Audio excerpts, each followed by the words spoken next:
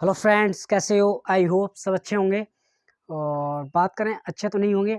अगर देखें तो बिहार शिक्षक भर्ती टीआरई 3.0 का जितने भी छात्रों ने एग्ज़ाम दिया था और एग्ज़ाम देने के बाद में जब सेंटर से बाहर निकले तो उन्हें पता पड़ा कि पेपर कैंसिल हो गया। तो उस चीज़ को लेके काफ़ी उनके अंदर क्रोध भी था, दुःख भी था, परेशान भी थे। तो उसका एग्ज़ाम फिर उसके लिए जब जाँच बैठाई गई तो पता पड़ा कि एग्ज़ाम पेपर को बहुत हद तक काफ़ी हद तक लीक कर दिया गया था, जिस वजह से पेपर को कैंसल कर दिया गया था। अब हम इसकी बात करें, अगर री एग्ज़ाम इसका कब होगा, तो री एग्ज़ाम के ऊपर बात करेंगे तो री एग्ज़ाम इसका कब होगा? री एग्ज़ाम आपका इलेक्शन के बाद ही संभव है, क्योंकि जितने भी अधिकारी होते हैं ना, तो उनकी कहीं न कहीं उनकी ड्यूटी लगा दी जाती है, कहीं न कहीं किसी न किसी काम में उन्हें उस चीज़ में लगा दिया जाएगा, चुनाव में लगा दिया जाएगा, तो जिस वजह से वो कोई भी फ्री नहीं रहेगा। और उससे पहले क्या होता कि कुछ लोग कह रहे थे कि 10 अप्रैल तक एग्ज़ाम हो जाएगा, तो इस चीज़ को तो आप भूल जाइए कि आपका एग्ज़ाम 10 अप्रैल तक हो जाएगा। कोई किसी भी तरीके का 1% भी इस चीज़ में डाउट नहीं है कि आपका एग्ज़ाम 10 अप्रैल को होगा। 10 अप्रैल को आपका एग्ज़ाम बिल्कुल नहीं होगा। आपका एग्ज़ाम जो होगा वो इलेक्शन के बाद ही होगा, चुनाव के बाद ही होगा। और जो जाँच चल रही है, सबसे पहले कारण है जो जाँच है, तो जाँच का मतलब ये होता है कि जाँच किसी एक पक्ष की नहीं होती है। जाँच होती है वो जितना भी पेपर बनने से लेके क्वेश्चन पेपर जहाँ से बनता है वहाँ से लेके जहाँ तक कंडक्ट कराया जाता है, उस चीज़ की पूरा का पूरा ये देखा जाता है, कोई भी एक ऐसा पक्ष नहीं छोड़ा जाता जिसकी जाँच ना हो। तो हर एक पक्ष की जाँच होती है, क्वेश्चन कहाँ से बनता है, फिर किस तरीके से कहाँ पर वो पेपर जाके किस प्रिंटिंग मशीन पे छपता है, वहाँ देखा जाता है किस तरीके की सिक्योरिटी रहती है, किस तरीके से वहाँ पे किस चीज़ का अभाव तो नहीं रहता, तो उस तरीके से जाँच की जाती है। तो अभी क्या होगा, अभी हर चीज़ की जाँच ही चल रही है, तो जाँच जब चल रही है तो उससे पहले क्या होगा, जब तक जाँच पूरी नहीं हो जाएगी, तो ना बीपीएससी इस मूड में जल्दबाजी में कोई एग्ज़ाम नहीं कराना चाहता है, ना कोई शिक्षा विभाग इस मतलब बिल्कुल ये नहीं सोचते हैं कि हम जल्दबाजी में एग्ज़ाम ले लें। जल्दबाजी में एग्ज़ाम लेने से क्या होगा, अभी तक उन्होंने जितनी भी मतलब एग्ज़ाम कराया, जिन सेंटरों पे कराया, तो वो ये सोच रहे हैं अगली बार इतना से ज़्यादा वहाँ पर हमें सिक्योरिटी देनी है, ज़्यादा से ज़्यादा उस पे एक्शन लेना है कि किसी तरीके से कोई नकल ना हो पाए, जो एग्ज़ाम हो वो निष्पक्ष तरीके से हो। तो अभी आपने एग्ज़ाम एक बार तो जैसे-तैसे कैंसल हो गया, जल्दबाज़ी में वो फिर करा लें, पता पड़ा इसी तरीके से फिर देखने को मिला कि एग्ज़ाम फिर से दोबारा से मतलब लीक हो गया, तो फिर क्या मतलब ही क्या रह जाएगा इस चीज़ का। तो अब बार फुल तैयारी की जाएगी, फुल तरीके से अच्छे तरीके से तैयारी की जाएगी। जितनी भी सिक्योरिटी होगी उस सिक्योरिटी को उस तरीके से सेंटर पे लगाया जाएगा ताकि किसी भी तरीके से कोई नकल ना हो सके। और प्रिंटिंग मशीन से लेके जहाँ paper exam already question paper तैयार किए जाते हैं, हर चीज़ से ये भी देखा जाएगा कि जो विभाग के जो अधिकारी होते हैं, जहाँ मतलब कौन लिप्त इसमें था, कौन लिप्त नहीं था, उन पे ऊपर भी कार्रवाई की जाएगी। तो अभी जो है जाँच ही इतनी चल रही है, टीआरई 1 और टीआरई 2 की भी जाँच चल रही है। तो जब इसकी भी जाँच चल रही है तो अगर हम बात करें, तो इस तरीके से एग्ज़ाम जल्दबाजी में नहीं लिया जाएगा। एग्ज़ाम जो आपका होगा वो इलेक्शन के बाद ही होगा, कभी भी डेट फिक्स की जा सकती है। तो जल्दबाजी में एग्ज़ाम कतई नहीं लेगा। बस आपका अभी क्या जो मोटिव है, आप जो पढ़ रहे हो बस पढ़ाई पे ध्यान रखिए। और मेरे हिसाब से इस जल्दबाजी में ना रहिए। अगर आपने इतना वेट किया है तो और सही 2-3 महीने का वेट, एग्ज़ाम होगा, ये नहीं कि एग्ज़ाम नहीं होगा, एग्ज़ाम होगा। और एग्ज़ाम उन्हीं कैंडिडेट्स का होगा जो फॉर्म ऑलरेडी फॉर्म भर चुके हैं, तो वो परेशान ना हों। कुछ कैंडिडेट्स ये कह रहे थे कि दोबारा से शायद ओपन हो और हमें मतलब जो एस्टेट एग्ज़ाम दिया है, उन सभी कैंडिडेट्स को मौका मिल जाए। तो ऐसा हो नहीं सकता कि अब दोबारा शायद ओपन हो और उनके लिए भी, क्योंकि टीआरई 4 आने वाला है ना। अगर टीआरई 4 नहीं हो आता तो हो सकता है कि इसको दोबारा से रीओपन कर दिया जाता और एस्टेट वालों को मौका दिया जाता। लेकिन अभी इसमें क्या होगा, जितने कैंडिडेट्स एग्ज़ाम दिया था उनका ही री एग्ज़ाम होगा जिनने फॉर्म डाला था, क्योंकि टीआरई 4 आएगा ना, तो जितने भी एस्टेट वगैरह जितने भी कैंडिडेट जितने भी छात्र हैं, उन सभी को मौका टीआरई फॉर्म मिलेगा।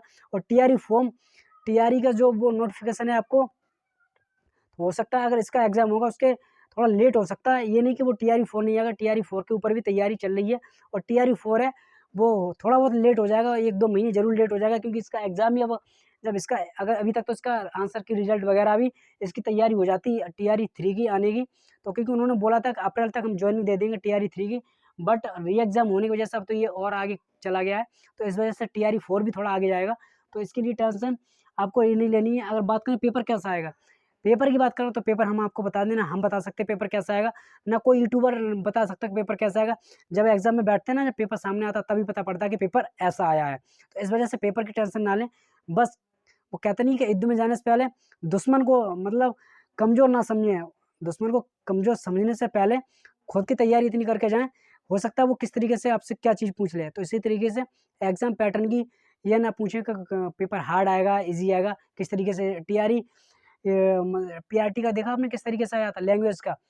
इंग्लिश अगर ना होती ना तो हिंदी में सबके सब लटक गए थे। अगर टोटल हिंदी पूछ लेता ना लैंग्वेज में, इंग्लिश की वजह से कुछ लोगों की नैया हिंदी में पार हो जाती इस बार। नहीं तो अगर वो इंग्लिश भी टफ दे देता ना, तो हम बता रहे 50-60% लोग इसी पे, अभी भी 50% लोग लैंग्वेज से बाहर हो जाते, लैंग्वेज को क्वालिफाई नहीं कर पाते। क्योंकि लैंग्वेज में जो क्वेश्चन थे ना हिंदी के, वो 20 में से साहित्य क्वेश्चन 22 क्वेश्चन पूछे थे, 22 में से 20 क्वेश्चन थे जो साहित्य से, जो टीजीटी पीजीटी लेवल का पूछता ना उस तरीके से साहित्य में पूछा था। मैंने खुद एग्जाम दिया, मैं खुद दे के आया था, और मेरे पास ये एग्जाम है, मैं आपको दिखाऊं, मेरे पास ये पेपर है, मैं दे के आया था।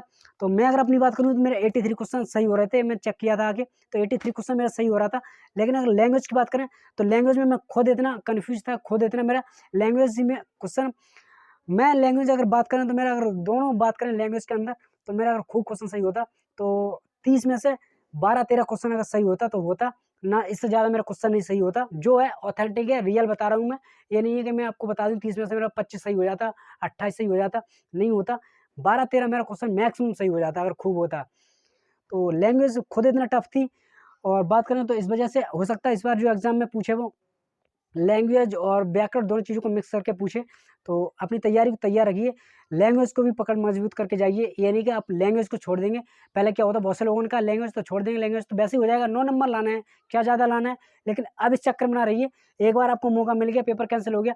जो लोगों का पेपर अच्छा हुआ था, अच्छे नंबर आए थे, 80 प्लस नंबर आ रहे थे, 90 प्लस नंबर आ रहे थे, तो उन लोगों का पेपर अच्छा हुआ था, तो वो ये सोच रहे थे कि पेपर कैंसिल ना हो। बट जो लोग एवरेज थे, जिनका मतलब वो कन्फ्यूज़ में थे कि हो सकता है, पता नहीं होगा या नहीं होगा, इस बीच में थे, तो बस उनका मौका, उन्हें एक तरीके से नया मौका मिल गया है।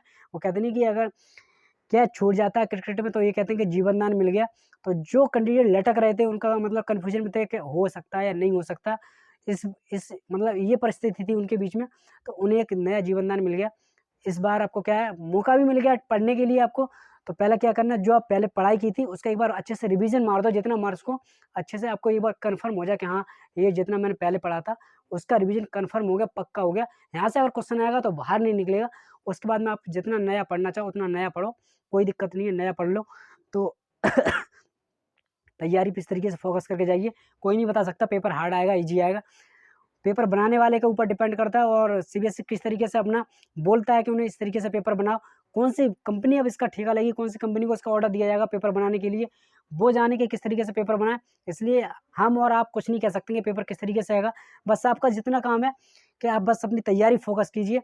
तो तैयारी अगर आपकी अच्छी होगी तो आपको दिक्कत ही नहीं होगी, पेपर कैसा भी आ जाए फिर भी आप इतना कर दोगे कि आपका सिलेक्शन हो जाएगा। तो आप अपने सिलेक्शन से मतलब रखिए, तैयारी में लगे रहिए, और ज़्यादा भटकिए मत। टीआरई 1 टीआरई 2 को ये रद्द नहीं होगी, इसमें जो जाँच है, जाँच चल रही है। जाँच का मतलब बस इसमें ये देखा गया कि कोई-कोई क्लास में जो सेंटर गया था, कोई-कोई स्कूल में, तो वहाँ देखा गया, पता पड़ा कि यहाँ से 1 से लेके 1, 2, 3, 4, 5, 6, 7, 8, 9 इस तरीके से सिलेक्शन मतलब कंटिन्यू हुआ। मतलब कोई भी छात्र उसमें से ऐसा ही नहीं मिला कि कोई भी छात्र फेल हो जाता, यानी कि सभी के सभी पास हो गए। तो इस स्थिति में, इस परिस्थिति में क्या होगा, वहाँ जाँच चल रही है, उनसे सवाल जवाब भी किए जाएँगे, और सवाल जवाब किए भी जा रहे हैं इस तरीके से कि बीपीएससी फुल फॉर्म क्या है, और जीके से क्वेश्चन, मतलब हर तरीके से पूछा जा रहा है उसकी एजुकेशन का, इसकी एजुकेशन कितनी अच्छी है, उसका ये भी चेक किया जाएगा कि high school, inter, graduation, BEd, BTC, degree, diploma में किस तरीके का उसका परफॉर्मेंस रहा, किस तरीके से उसके अंदर एक्टिविटी थी, किस तरीके से उसने पढ़ाई की है, उस चीज़ को भी उसका चेक किया जाएगा कि टीचर बनने काबिल था या नहीं था, या नकल करके आ गया। तो इस स्थिति में हो सकता है कि कुछ छात्रों को या कुछ स्कूलों के ऊपर कार्रवाई की जाए, और कुछ वहाँ पे सेंटरों पे मतलब कुछ लोगों को बाहर कर दिया जाए। लेकिन जो छात्र तनख्वाह ले चुके हैं, जो उनकी तनख्वाह आ चुकी है, जो पढ़ा रहे हैं और काफ़ी टाइम भी हो गया उन्हें, तो इस वजह से पेपर रद्द होने का चांस ना के बराबर है। पेपर रद्द नहीं होगा टीआरई 1 टीआरई 2 का, ये बात आप अच्छे से समझ लीजिए। तो री एग्ज़ाम में मैंने आपको बात बता दी। तो वीडियो बनाने का मेरा यही पर्पज़ था, और एग्ज़ाम की प्रिपरेशन करते रहिए, जिस बेस पे आप कर रहे हो, ऑफ़लाइन और ऑनलाइन सेल्फ स्टडी, तो अपना बस तैयारी में लगे रहिए, अच्छे से करिए। और टाइम आपको मिल गया है, सिलेक्शन के बाद ही एग्ज़ाम होगा। तो वीडियो पसंद आए तो वीडियो को लाइक कर देना, चैनल को सब्सक्राइब ज़रूर कर लेना, ताकि टीचिंग से रिलेटेड कोई वीडियो बनाए तो सबसे पहले नोटिफिकेशन आपके पास पहुँचे। Thank you so much, wish you all the best.